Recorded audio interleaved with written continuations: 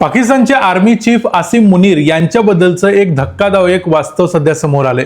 आपल्याला माहिती आहे की अमेरिका आणि इराण यांच्यामध्ये एक पीस डील काही दिवसापूर्वी झालेली होती। 14 जूनला या पीस डीलची घोषणा झाली आणि या पीस डीलच्या घोषणेनंतर पुढच्या 3 दिवसात अमेरिकेचे प्रेसिडेंट डोनाल्ड ट्रम्प आणि इराणचे प्रेसिडेंट पेजेस्कियान दोघांच्या देखील त्यावर सह्या झाल्या। आणि ही पीस डील घडवून आणण्यामध्ये महत्त्वाचं योगदान होतं ते पाकिस्तान आणि कतार या दोन देशांचं। आपल्याला हेही माहिती आहे की ही पीस डील स्वित्झर्लंडमध्ये म्हणजे युरोपमध्ये घडलेली होती। आता या सगळ्यावरती नाराजी होती ती इस्रायलची, कारण इस्रायलचा या पीस डीलमध्ये या शांतता करारामध्ये कोणताही सहभाग नव्हता आणि त्यांनी सांगितलं होतं की इस्रायल आपले स्वतःचे जे काही हित संबंध आहेत ते जपून जे काय करायचं ते करेल। आता एक गोष्ट अशी समोर आलेली आहे ती म्हणजे पाकिस्तानचे आर्मी चीफ आसिम मुनीर यांची हत्या करायचा प्लॅन इस्रायलच्या मोसाद या सिक्रेट सर्व्हिस एजन्सीने केला होता असा दावा झालेला आहे।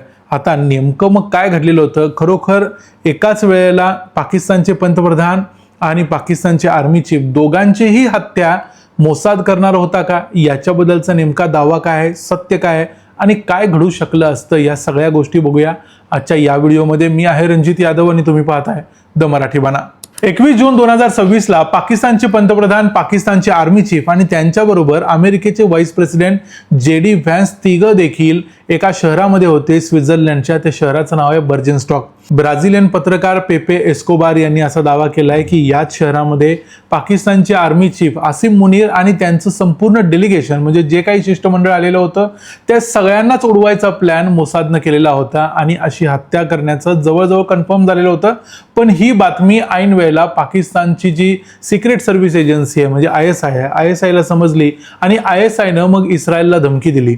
ISIने इस्रायलला सांगितलं की आम्ही जर तुम्ही अशा प्रकारचा काही प्लॅन करत असाल तर आम्ही इस्रायलवरती हल्ला करू किंवा इस्रायलला नकाशातून पुसून टाकू वगैरे वगैरे असं पाकिस्ताननं इस्रायलला म्हटलं, असं सांगितलं। आणि त्यानंतर मग हा जो काही प्रयत्न होता तो सगळा फसला आणि त्यानंतर या हत्या झाल्या नाहीत। आता प्रश्न असा आहे की एकाच वेळेला पाकिस्तानचे पंतप्रधान आणि पाकिस्तानचे आर्मी चीफ एकाच वेळेला एकाच ठिकाणी उपस्थित होते, असं नाही की आर्मी चीफ होते आणि त्यांच्याबरोबर वेगळं डेलिगेशन होतं। आपल्याला हेही आठवतंय की त्याच कार्यक्रमामध्ये अमेरिकेचे व्हाईस प्रेसिडेंट JD व्हॅन्स असंही म्हणाले होते की आसिम मुनीर हे माझ्यासाठी खूप महत्त्वाचे आहेत।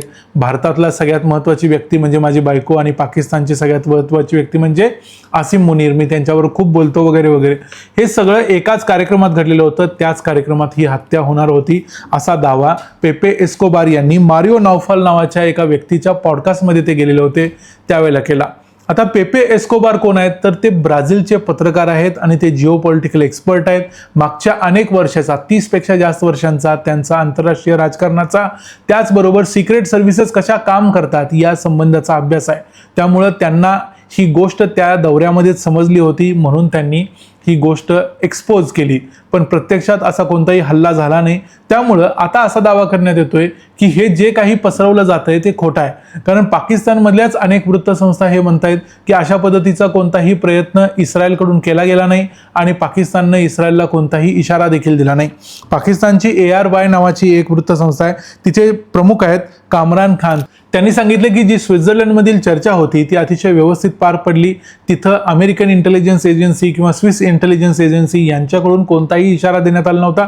आता जनरली हेही खरं आहे की मोसादनं अशा प्रकारचा कोणताही जर प्लॅन केला असेल तर एखादा इशारा CIA किंवा स्विस इंटेलिजन्सनं द्यायला हवा होता। कधी कधी CIA सुद्धा फसू शकते हे जरी गृहीत धरलं तरी देखील त्यांचं असं म्हणणं आहे की असं जर काही घडलं असतं तर ह्या दोन्ही देशांच्या इंटेलिजन्सनं असं काहीतरी मेसेज आम्हाला दिला असता, पण तसं काही घडलं नव्हतं। जी चर्चा होती ती शांततामय आणि व्यवस्थितपणे पार पडली। आता एका ARY नावाच्या न्यूज एजन्सीचा माणूस किंवा मालक ही गोष्ट सांगतो, याच्यावरूनच स्पष्ट होते की पाकिस्तानमध्ये वृत्तसंस्था ह्या सरकारकडूनच चालवल्या जातात। आता मग यामध्ये सत्य काय असू शकतं याचा जर विचार केला तर एक गोष्ट सत्य आहे की एकाच वेळेला पाकिस्तानचे पंतप्रधान आणि पाकिस्तानचे आर्मी चीफ दोघांची हत्या करायचा प्रयत्न मोसाद असो किंवा जगातली कुठलीही सिक्रेट सर्व्हिस एजन्सी असो ती करणार नाही। असा प्रयत्न केला तर एक प्रकारे आपण डायरेक्ट त्या देशाबरोबर युद्धच करतोय असं होऊ शकतं। त्यामुळे असा प्रयत्न मोसादनं केला असेल असं सांगता येत नाही किंवा जवळजवळ नसेल असं देखील म्हणू शकतो। पण एक गोष्ट लक्षात घ्यायला हवी की तिथं JD व्हॅन्स उपस्थित होते, जे अमेरिकेचे उपराष्ट्राध्यक्ष आहेत, आणि आत्ताच्या घडीला अमेरिका ही इस्रायलच्या बाजूनं भक्कमपणे उभी आहे. मागच्या काही दिवसामध्ये जरी त्यांच्यामध्ये वितुष्ट आलं असलं तरी देखील इस्रायलच्या बाजूनं अमेरिका उभी आहे.